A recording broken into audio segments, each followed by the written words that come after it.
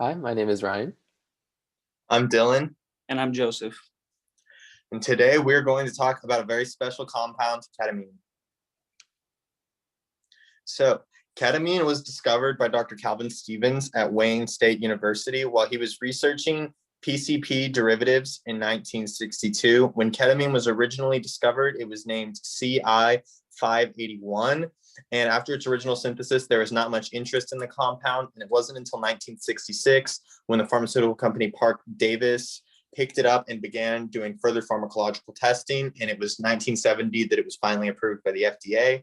Like PCP, ketamine is a dissociative anesthetic with a higher LD50 than PCP, and it also has less adverse effects, most notably post-operative agitation and delirium, making it better suited. Similar to PCP, it is a bicyclic compound and it is almost exclusively produced on large scales in India. However, there are small scale synthesis that do exist. It is almost only in India that large scale happens. So what exactly are the uses for ketamine in anesthesia? Well, after its approval by the US FDA in 1970, it started to be administered as a field anesthetic for soldiers in the Vietnam War. And what happened was a trance-like state providing pain relief and amnesia and sedation actually resulted from that. And this ketamine amnesia preserves breathing and airway reflexes by doing bronchodilation and increasing the blood pressure.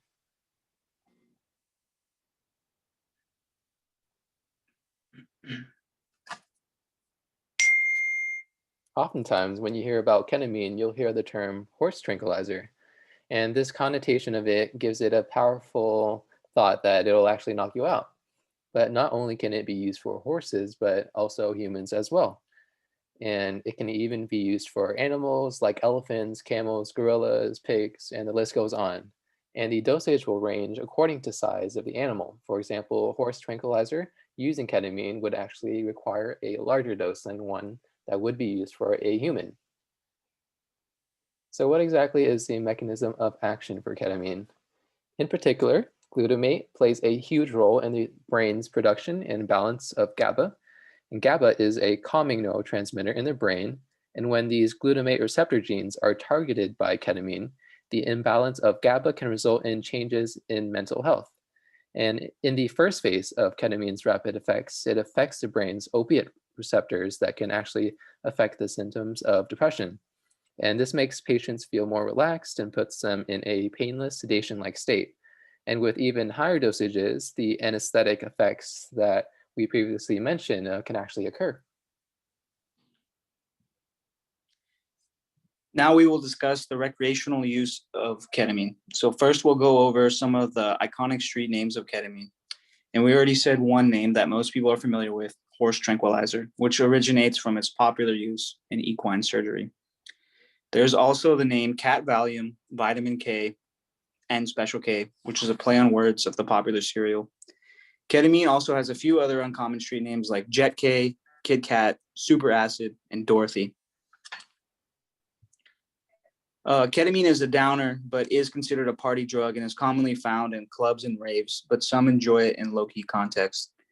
Normally, ketamine comes in the powder, crystalline form, and sometimes a clear liquid. The liquid form of ketamine is injected for maximum effect, or sometimes mixed with a drink, and the crystalline powder is typically snorted or ingested orally. The high lasts for a relatively short period of time, roughly 30 minutes to an hour, making users redose throughout the night, creating a tolerance that leads to dangerous quantities being consumed in one night.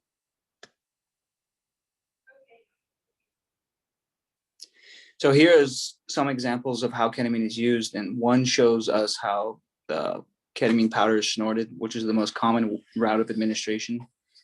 Two shows intranasal spray being used, and normally these spray bottles are given to those in ketamine depression therapy, but sadly, more often than not, they are abused.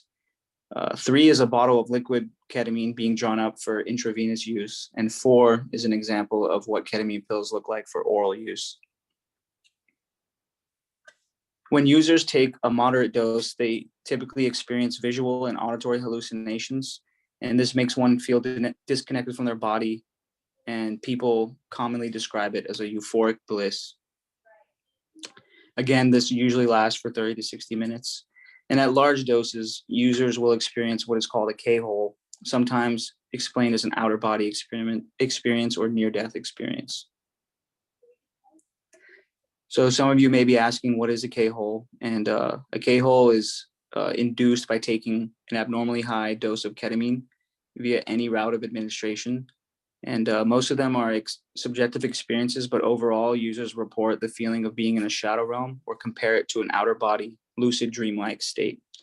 And a lot of users think the term dissociation is an accurate term to describe the feeling when one is in a K-hole. And here's just an overview slide of the effects of recreational ketamine use. The top left shows the psychological effects of ketamine, such as hallucinations, dissociation, euphoria, and confusion. On the right side of the picture is the physical effects, such as immobility, slowed breathing, difficulty speaking, and the feeling of floating. And on the bottom is long-term extreme use or multiple K-holes in a short period of time. Some people will experience heart problems, psychosis, brain damage, and sometimes seizures. Okay, so ketamine is currently being considered sort of a wonder treatment for a variety of mental health ailments, primarily depression, and it is also being used in conjunction with talk therapy in order to treat post-traumatic stress disorder or PTSD. So typically, ketamine is administered through monitored infusions, which is where a person would go to a clinic, and then a practitioner would administer intravenous drip of IV. The patient typically listens to music or watches TV while this happens, and by doing this, it minimizes the chance of the person abusing it, and also gives a better control in case the person were to have an adverse effect, and prevents harms themselves or others. So ketamine is used primarily in talk therapy to treat PTSD, as mentioned earlier.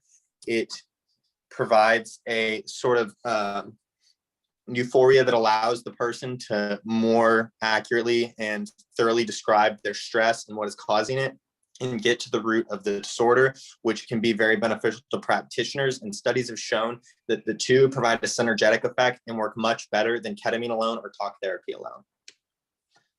And as with any drug that produces an altered state of consciousness, there is a chance for addiction or abuse.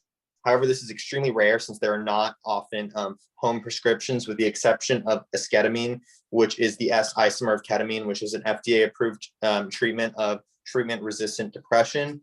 And habitual use or prolonged use can severely damage a person's bladder. And along with that, the withdrawals from ketamine addiction are pretty severe, which is a frequent reason why people do not stop once they get started.